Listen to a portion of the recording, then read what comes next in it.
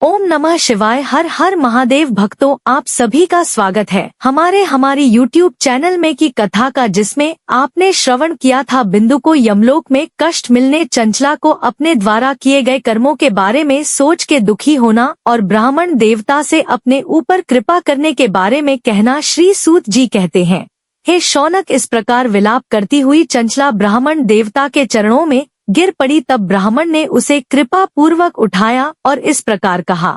ब्राह्मण बोले, हे नारी, तुम सौभाग्यशाली हो जो भगवान शंकर की कृपा से तुमने वैराग्य पूर्ण शिव पुराण की कथा सुनकर समय से अपनी गलती का एहसास कर लिया है। तुम डरो मत और भगवान शिव की शरण में जाओ, उनकी परम कृपा से तुम्हारे सभी पाप नष्ट हो जाएंगे। मैं तुम्हें भगवान शिव की कथा सहित वह मार्ग बताऊंगा जिसके द्वारा तुम्हें सुख देने वाली उत्तम गति प्राप्त होगी। शिव कथा सुनने से तुम्हारी बुद्धि शुद्ध हो गई है और तुम्हें पश्चाताप भी हुआ है तथा मन में वैराग्य उत्पन्न हो गया है। पश्चाताप ही पाप करने वाले पापियों के लिए सबसे बड़ा पराजित है। पश्चाताप ही पापों का शोधक है, इससे ही पापों की शुद्धि होती है। सत्पुरुष के अनुसार पापों की शुद्धि के लिए प्राच्य पश्चाताप से ही संपन्न होता है। जो मनुष्य अपने कर्म के लिए पश्चाताप नहीं करता वह उत्तम गति को प्राप्त नहीं होता, परंतु जिसे अपने कुकृत्य पर हार्दिक पश्चाताप होता है वह अवश्य उत्तम गति का भागीदारी होता है, इसमें कोई भी शक नहीं है। शिव पुराण की कथा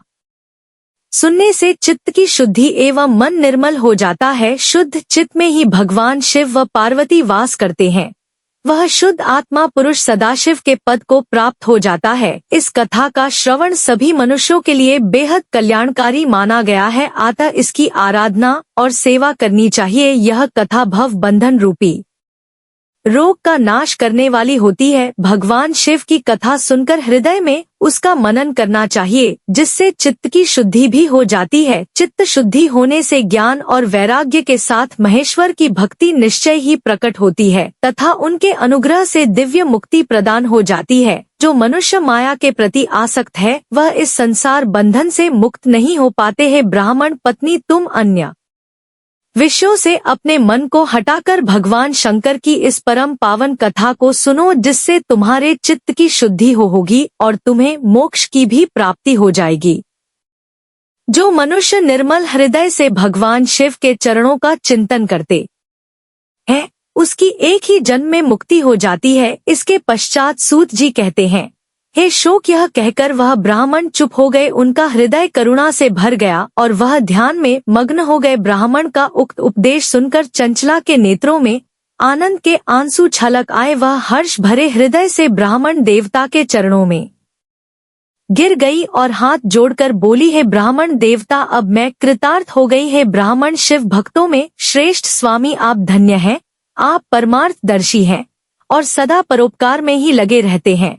हे साधु पुरुष, मैं नरक के समुद्र में गिर रही हूँ, कृपा करके आप मेरा उद्धार करिए। जिस पौराणिक व अमृत के समान सुंदर शिव पुराण कथा की बात आपने की है उसे सुनकर ही मेरे मन में वैराग्य उत्पन्न हो गया है। उस अमृतम शिव पुराण कथा को सुनने के लिए मेरे मन में बड़ी श्रद्धा हो रही है, कृपया आप मुझे उसका श्रवण कराइए। सूत जी कहते हैं, शिव पुराण की कथा सुनने की इच्छा मन में लिए हुए चंचला उन ब्राह्मण देवता की सेवा में वहीं रहने लगी। उस गोकर्ण नामक महाक्षेत्र में उन ब्राह्मण देवता के मुख से चंचला शिव पुराण की भक्ति, ज्ञान और वैराग्य बढ़ाने वाली और मुक्ति देने वाली परम उत्तम कथा सुनकर कृतार्थ हो गई। उसका चित्त शुद्ध हो गया और वह अपने हृदय में शिव के सगुण रूप का चिंतन करने लगी। वह सदैव शिव के सच्चिदानंदमय स्वरूप का स्मरण करती थी। तत्पश्चात अपना समय पूर्ण होने पर चंचला ने बिना किसी कष्ट के अपना शरीर त्याग दिया। उसे लेने के लिए एक दिव्य विमान वहां पहुंचा और यह विमान शोभा साधनों से सजा था एवं शिव गणों से सुशोभित था। चंचला विमान से शिवपुरी में जा पहुंची, जिससे उसके सारे पाप भी धुल गए। वह दिव्यांगना हो गई और वह गौरांग देवी मस्तक पर अर्धचंद्र का मुकुट व अन्य दिव्य आभूषण पहने हुए शिवपुरी में पहुंच गई। वहां उसने सनातन देवता त्रिनेत्र धारी महादेव शिव को देखा, सभी देवता उनकी सेवा में भक्ति भाव से उपस्थित थे। उनकी अंग कांति करोड़ों सूर्य के समान प्रकाशित हो रही थी। 5 मुख और हर मुख में 3-3 नेत्र थे। मस्तक पर अर्ध चंद्राकार मुकुट शोभायमान हो रहा था। कंठ में नील चिन्ह था। उनके साथ में देवी गौरी विराजमान थी, जो विद्युत पुंज के समान प्रकाशित हो रही थी। महादेव की कांति कपूर के समान गौर थी। उनके शरीर पर श्वेत वस्त्र थे तथा शरीर श्वेत भस्म से युक्त था। इस प्रकार भगवान शिव के परम उज्ज्वल रूप के दर्शन कर चंचला बहुत प्रसन्न हुई। उसने भगवान को बारंबार प्रणाम किया और हाथ जोड़कर प्रेम, आनंद और संतोष से युक्त हो विनीत भाव से खड़ी हो गई। उसके नेत्रों से आनंद अश्रुओं की धारा बहने लगी। भगवान शंकर व भगवती गौरी उमा ने करुणा के साथ सौम्य दृष्टि से देखकर चंचला को अपने पास बुलाया। गौरी उमा ने उसे प्रेम पूर्वक अपनी सखी बना लिया और चंचला सुख पूर्वक भगवान शिव के धाम में उमा देवी की सखी के रूप में निवास करने लगी। सूत जी कहते हैं, हे सोनक, एक दिन चंचला आनंद में मग्न उमा देवी के पास गई और दोनों हाथ जोड़कर उनकी स्तुति करते हुए बोली। चंचला कहने लगी, हे गिरिजा नंदिनी, हे स्कंद माँ, हे उमा, आप सभी मनुष्यों एवं देवताओं द्वारा पूज्य तथा समस्त सुखों को देने वाली है। आप शंभु प्रिया है, आप ही सगुणा और निर्गुणा है। हे सच्चिदानंद स्वरूपिणी, आप ही प्रकृति की पोषक है। हे माता, आप ही संसार की सृष्टि, पालन और सहार करने वाली हैं। आप ही ब्रह्मा, विष्णु और महेश को उत्तम प्रतिष्ठा देने वाली परम शक्ति है। सूत जी कहते हैं, हे शौनक, चंचला इस प्रकार देवी की स्तुति कर शांत हो गई और उसकी आंखों में प्रेम के आंसू उमड़ आए। तब शंकर प्रिया भक्त वत्सला उमादेवी ने बड़े प्रेम से चंचला को चुप कराते हुए कहा, हे सखी चंचला, मैं तुम्हारी स्तुति से प्रसन्न हूँ। बोलो, क्या वर मांगना चाहती हो? तब चंचला बोली, हे गिरि राजकुमारी, मेरे पति विदंग इस समय कहाँ है? उनकी क्या स्थिति है? मुझे बताइए और इसका कुछ उपाय भी बताइए ताकि हम फिर से मिल सके। हे महादेवी, मेरे पति एक शूद्र जाति वैश्या के प्रति आसक्ति थे और पाप में ही डूबे रहते थे। तब गिरिजा बोली, बेटी, तुम्हारा पति बिदु बड़ा पापी था, उसका अंत बड़ा भया हुआ है। वैश्या का उपभोग करने के कारण वह मूर्ख नरक में अनेक वर्षों तक अनेक प्रकार के दुख भोग कर अब शेष पाक को भोगने के लिए विंध्य पर्वत पर पिशाच की योनि में रह रहा है। वह दुष्ट वहीं वायु पीकर रहता है और सब प्रकार के कष्ट सहन करता है। तब सूत जी कहते हैं, हे सोनक, गौरी देवी की यह बात सुनकर चंचला अत्यंत दुखी हो गई। फिर मन को किसी तरह स्थिर करती हुई दुखी हृदय से माँ गौरी से उसने एक बार पुनः पूछा, है महादेवी, मुझ पर कृपा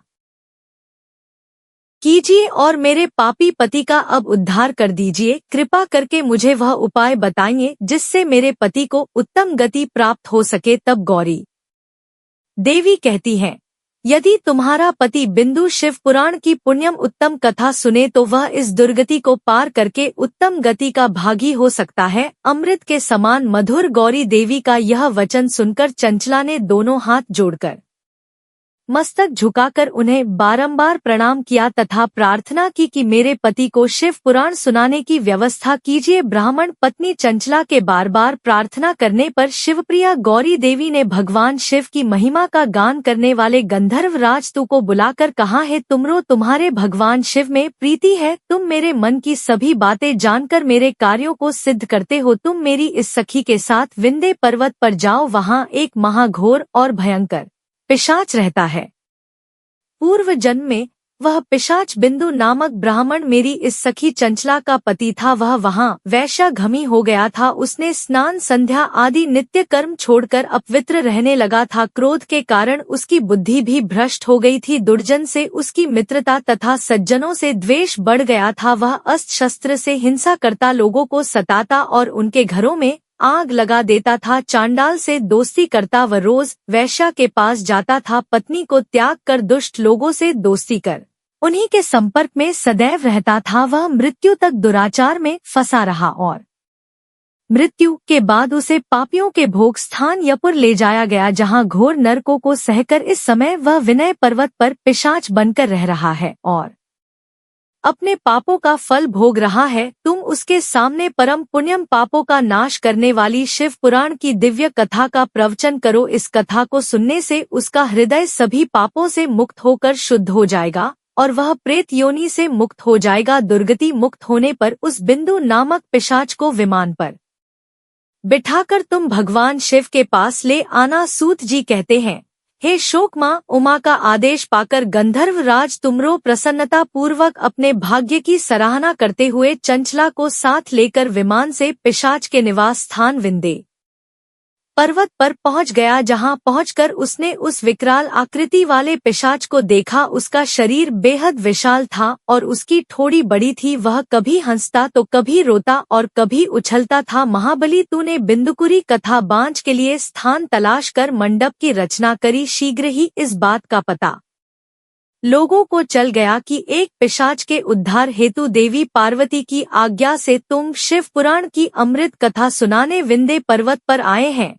उस कथा को सुनने के लोभ से बहुत से देवऋषि वहां पहुंच गए। सभी को आदर पूर्वक स्थान दिया गया। पिशाच बिंदु को पाश में बांधकर आसन पर बिठाया गया और तब तुमने परम उत्तम शिव पुराण की अमृत कथा का गान शुरू किया। उसने पहली विंध्येश्वरी वायु संहिता तक शिव पुराण की कथा का स्पष्ट वर्णन किया। सातों सताओं सहित शिव पुराण को सुनकर सभी श्रोता कृतार्थ हो गए। परम पुण्यम शिव पुराण को सुनकर पिशाच सभी पापों से मुक्त हो गया और उसने पिशाच का शरीर त्याग दिया। शीघ्र ही उसका रूप दिव्य होने लगा। उसका शरीर गौर वर्ण का हो गया और शरीर पर श्वेत वस्त्र एवं पुरुषों के आभूषण आ गए। इस प्रकार दिव्य देहधारी होकर बिंदु अपनी पत्नी चंचला के साथ स्वयं भी भगवान शिव का गुणगान करने लगा। उसे इस दिव्य रूप में देखकर सभी को बहुत आश्चर्य हुआ। उसका मन अब परम आनंद से परिपूर्ण हो गया था। सभी भगवान महेश्वर के अद्भुत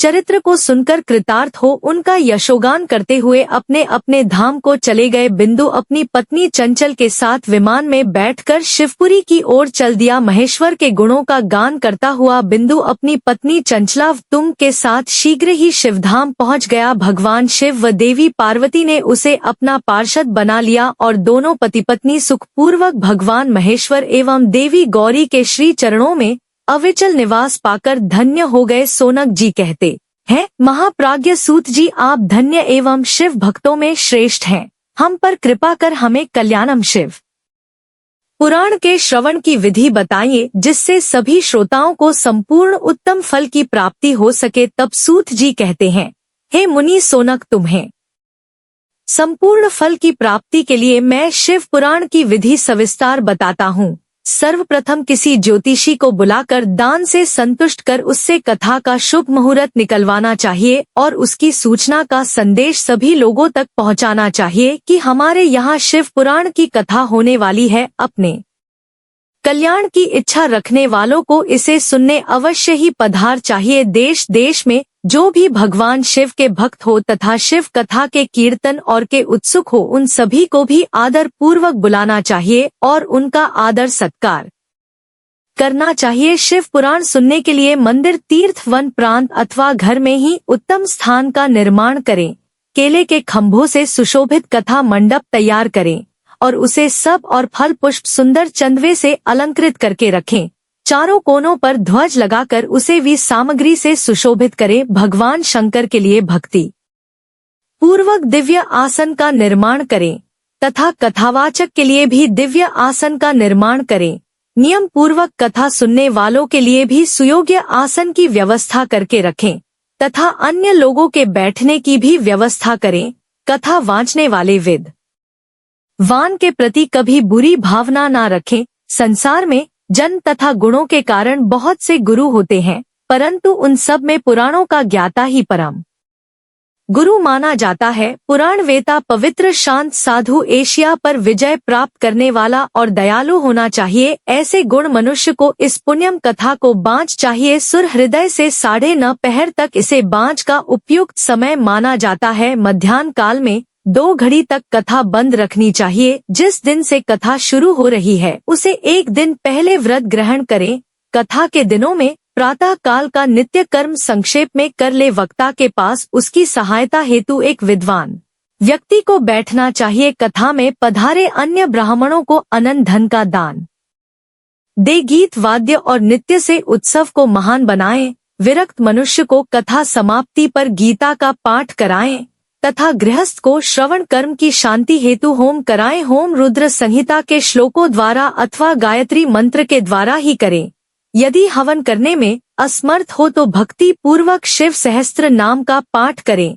कथा श्रवण संबंधी व्रत की पूर्णता के लिए शहद से बनी खीर का भोजन 11 ब्राह्मणों को कराकर उन्हें दक्षिणा दे। समृद्ध मनुष्य 3 तोले सोने का एक सुंदर सिंहासन बनाए और उसके ऊपर लिखी अथवा लिखाई हुई शिव पुराण की लिखी पोथी विधि पूर्वक स्थापित करें तथा पूजा करके दक्षिणा चढ़ाएं। फिर आचार्य का वस्त्र आभूषण एवं गंध से पूजन करके दक्षिणा सहित वह पुस्तक उन्हें भेंट कर दे। शौनक इस पुराण के दान के प्रभाव से भगवान शिव का अनुग्रह पाकर मनुष्य भव बंधन से मुक्त हो जाता है। शिव पुराण कोडोट विधि पूर्वक संपन्न करने पर यह संपूर्ण फल देता है तथा भोग और मोक्ष प्रदान करता है। हे मुनि, शिव पुराण का सारा महात्म्य जो संपूर्ण फल देने वाला है मैंने तुम्हें सुना दिया। श्रीमान शिव पुराण सभी पुराणों के माथे का तिलक है। जो मनुष्य सदा भगवान शिव का ध्यान करते हैं, जिनकी वाणी शिव के गुणों की स्तुति करती है और जिनके दोनों कान सदैव शिव की कथा सुनते हैं, उनका जीवन सफल हो जाता है। वह संसार सागर से पार हो जाते हैं। ऐसे लोग इस लोक और परलोक में सदा सुखी रहते हैं। भगवान शिव के सच्चिदानंदमय स्वरूप का स्पर्श पाकर ही समस्त प्रकार के कष्टों का निवारण हो जाता है। उनकी महिमा जगत के बाहर और भीतर दोनों जगह विद्यमान है। उन अनंत आनंद रूप परम शिव की मैं शरण लेता हूँ, मुझ पर कृपा करें। आज का अध्याय अब संपूर्ण होता है। कल पुनः उपस्थित होंगे अगले अध्याय के साथ। वीडियो पसंद आई हो तो वीडियो को लाइक और चैनल को सब्सक्राइब जरूर करिएगा।